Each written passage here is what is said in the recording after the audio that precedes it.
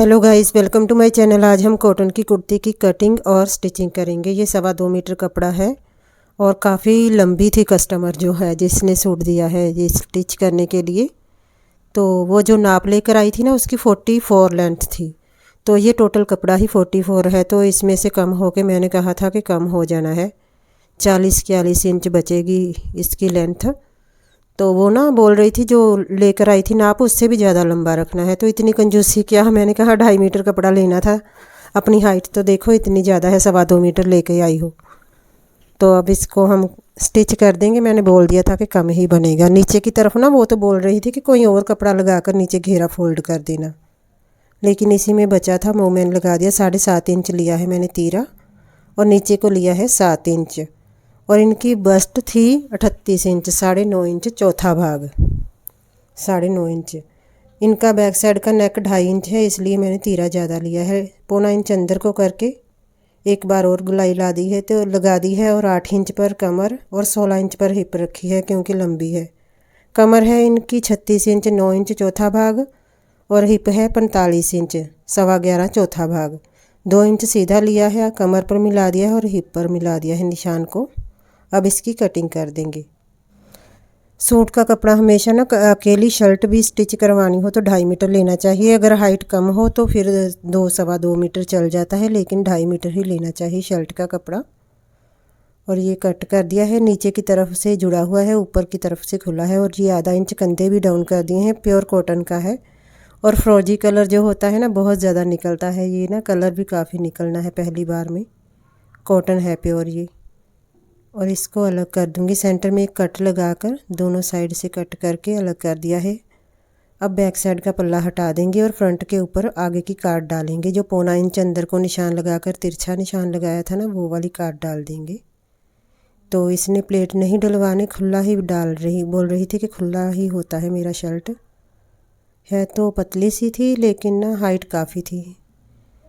और ये हिप है इनकी 45 इंच टोटल। तो दूसरी साइड पर भी निशान ले लेंगे थपथपा कर। पिंक कलर का चौक लगाया था मैंने, दूसरा तो दिख ही नहीं रहा था। और मैं ना अब ये सेंटर में निशान लगाकर नेक का निशान भी साथ ही लगा लूँगी। हमने बुकरम का नेक बनाना है फ्रंट के ऊपर 6.5 इंच और बैक साइड का है 2.5 इंच सिर्फ, इसलिए तीरा ज़्यादा लिया है क्योंकि बैक साइड का नेक डीप नहीं है। और ये फिटिंग का निशान पक्का कर दिया है मैंने दूसरी साइड पर भी। तो ये हमारा फ्रंट का जो नेक है वहाँ पर वो भी मार्किंग साथ में ही कर दी है। फ्रंट का पल्ला साइड पर कर कर अब बैक साइड के नेक भी कट कर देंगे। 2.5 इंच चौड़ा, नहीं 2.5 इंच चौड़ा और 2.5 इंच ही मैंने लंबा लिया था। जैसे हाई नेक होता है ना, बस छोटा सा नेक ही बनाना है। 2.5 इंच चौड़ा लिया है और ये 2 या 2.5 इंच की गुलाई बस डाल दी है मैंने हल्की सी। बोल रही थी कि बैक साइड का नेक बिल्कुल भी बड़ा नहीं बनाना है। ये पीछे का नेक भी कट हो गया। अब हमने स्लीव कट करनी है। और लेंथ बढ़ाने के लिए ना बोल रही थी कोई भी कपड़ा लगा देना नीचे घेरा फोल्ड करने के लिए। मैंने अब इसमें से बच जाएगा यही लगा दूंगी मैं, लेकिन इतनी लंबाई होगी नहीं फिर भी जितनी उसे चाहिए थी। 45-46 इंच बोल रही थी। ये 4 तय कपड़ा कर लिया है। तो इसकी लेंथ थी बाजू की 19 इंच, 2 इंच बढ़ाकर 21 इंच का निशान लगा लिया है। और इसे कट कर लेंगे सीधा सीधा। तो ये आगे की तरफ जो बड़ा हुआ है कपड़ा ये भी कट कर देंगे। ये काट थी जो फ्रंट की वो वाली है, तो इसको सीधा कर लिया है। अब ये 8 इंच है, मुझे चाहिए 10 इंच। थोड़ा सा पीछे को कर दिया है तो 2-2 इंच दोनों तरफ से चाहिए ना, 4 इंच का जोड़ डालूँगी मैं। तो इतना ही लंबा चाहिए 21 इंच। तो यहाँ से मैंने 4 इंच लेना है, जितना कम है उतना ही लेंगे। तो ये सीधी सीधी पट्टी लगा देंगे। ये कन्नी वाली साइड पर जोड़ देंगे, फिर इंटरलॉक का पंगा नहीं होता। वैसे ये कॉटन का कपड़ा है, इसके इतने ज़्यादा धागे निकलेंगे भी नहीं। ये कन्नी के ऊपर कन्नी रखकर आधा इंच ऊपर रखा है जो सिलाइयों में आना है। तो 3.5 इंच का निशान लगाया है बाजू का, इसे गुलाई डाल दी है और मोहरी अंदाजे से निशान लगा लिया है। बाद में जब हम स्टिच करेंगे तो जो एक्स्ट्रा कपड़ा होगा फिर मैं कट कर दूँगी। तो ये कटिंग हो गई है बाजू की भी। अब हम इसे स्टिच करेंगे। ये मोढे की काट है, इसमें से रे पट्टी कट कर ली है। पहले मैंने 2 कट कर लेंगे छोटी छोटी। मैं ना कपड़ा बचा रही थी क्योंकि नीचे के घेरे की तरफ भी लगना है और नेक भी बनने हैं, इसलिए मैंने सोचा कि रे पट्टी जो हमारी आर्म होल की होता है ना, मोढे की काट होती है, उसी में से निकाल लेती हूँ।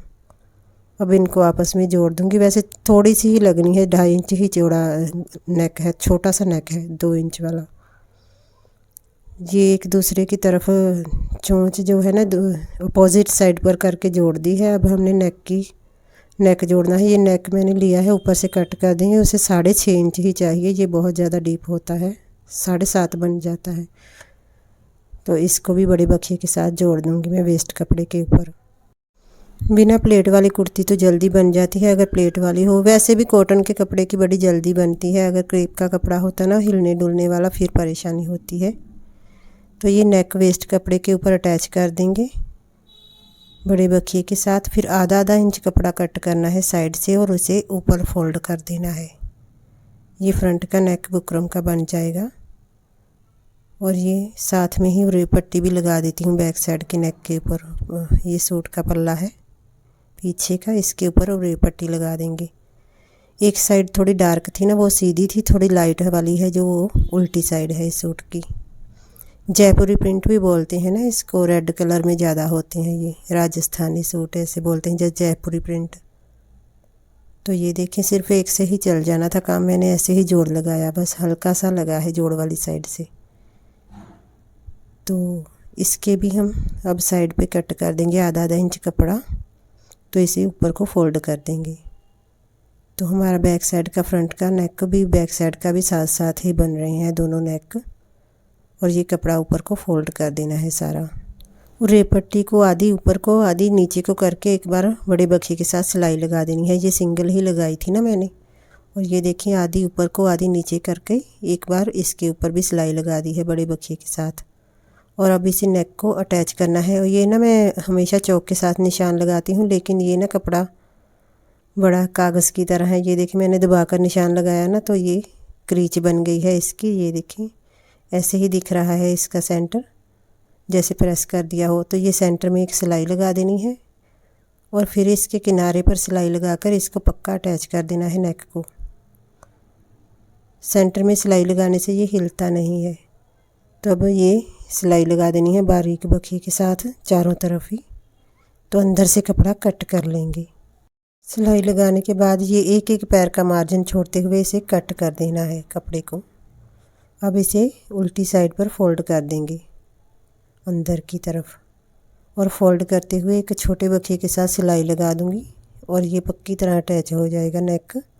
बैक साइड का भी हमने रे पट्टी से बना लिया है और ये फ्रंट का भी हमारा रेडी हो गया है नेक।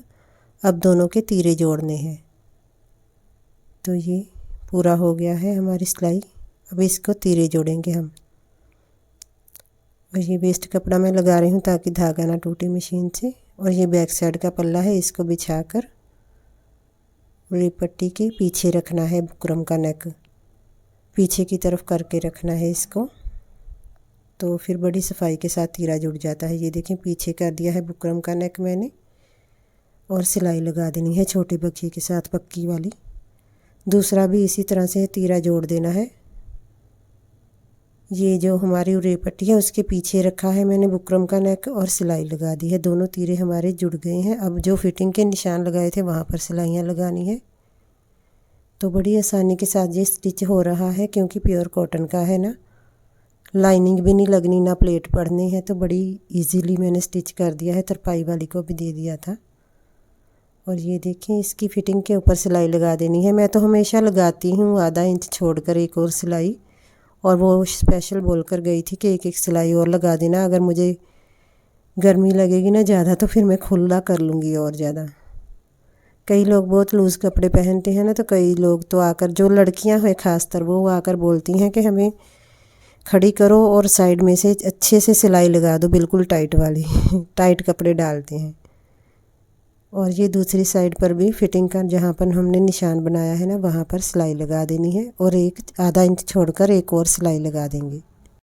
सूट की फिटिंग लग गई है। अब ये हमारे पास बाजू का कपड़ा है और ये 2 जोड़ हैं। सीधी को सीधी तरफ करके, दोनों सीधी साइड अंदर को है और ये उल्टी साइड है और ये जोड़ लगा देंगे हम बाजू के ऊपर। तो जो सूट वो नाप के लिए देकर गई थी ना, उसमें जोड़ नहीं था उस बाजू में। कोई पता नहीं आकर बोले कि जोड़ क्यों डाला है बाजू में। तो आपके सामने लेंथ तो जितनी होती है उतनी होती है। जहाँ अगर बाजू में जोड़ नहीं ना चाहिए फिर 3.25 मीटर कपड़ा चाहिए था उसको। जैसे हमने सूट की लेंथ निकाली थी ना, आगे से हम बाजू भी निकाल लेते तो जो साइड में से कपड़ा बचता है वो वेस्ट में चला जाता है। तो उसको समझ नहीं आ रही ना, हम तो सिलते हैं हमको पता है। तो बोल रही थी कि बाजू छोटी कर देना लेकिन सूट की लंबाई बढ़ा देना। तो लंबाई कैसे बढ़ाएं, हम जोड़ थोड़ा लगा सकते हैं, जितनी लेंथ है कपड़े की उतनी ही रखेंगे। दोनों जोड़ लग गए हैं और आगे की तरफ बड़े बखे के साथ तुरपाई के लिए मोड़ देना है बाजू को, बाजू की मोरी को। दोनों साइड पर सिलाई लगा देनी है बड़े बखे के साथ। तो इसकी आगे की काट मैंने नहीं डाली, बाद में डालती हूँ क्योंकि इसके ऊपर जोड़ डाला था ना, तो फिर मैं बाद में डाल दूँगी। और ये देखें ऐसे करके क्रीच बढ़ा मैं कर रही हूँ ना, हाथ लगा रही हूँ तो बिल्कुल सीधा हो रहा है कपड़ा। ये भी बड़े बखे के साथ एक सिलाई लगा देनी है और फिर इसे तरपाई के लिए दूँगी। मैं दे दिया है मैंने, उसको चाहिए था जल्दी। जैसे कल देकर गई थी ना, आज का दिन बस कल को बोल रही थी कि ले जाऊंगी। और मेरी ना जो फ़्रॉक है नेट की वो पेंडिंग पड़ी है, उसको अभी हमने पूरा करना है। गुलाई आई थी आर्म होल की 8 इंच और इसको मैंने डबल फोल्ड करके बिछा लिया है अच्छे से तय लगाकर। वो जिस साइड पर जोड़ नहीं है वो साइड हम आगे की तरफ की बनाएंगे। बाजू की मोरी ली थी मैंने 4.25 ही लगाया था, उसकी भी 4.25 ही थी। 4.25 इंच का निशान लगाया है और पीछे की तरफ 8 इंच का निशान लगाकर इसको हम मार्क कर देंगे लाइन को। ये देखें लाइन लगा देनी है चौक के साथ और अब हम फिटिंग लगा देंगे। शुरुआत में 2 बार सिलाई लगानी है पक्का करके और फिर एक सिलाई के साथ पूरा कर देना है इसको। और बाद में मैं आगे की काट डालूँगी। आगे की काट नहीं डाली थी तो गेट बहुत ज़्यादा शोर करता है, सॉरी बहुत आवाज़ आ रही थी ना। तो ये दूसरी बाजू के भी ऐसे ही हम फिटिंग लगाएंगे। आगे की तरफ 4 इंच का निशान लगाना है और पीछे की तरफ 8 इंच का निशान लगाकर चौक से ड्रॉ करके फिर ऊपर सिलाई लगा देते हैं। और ये दूसरी बाजू की भी फिटिंग लगा देनी है इसी तरह से और अच्छे से सेट कर लें, ऊंचा नीचा ना हो कपड़ा।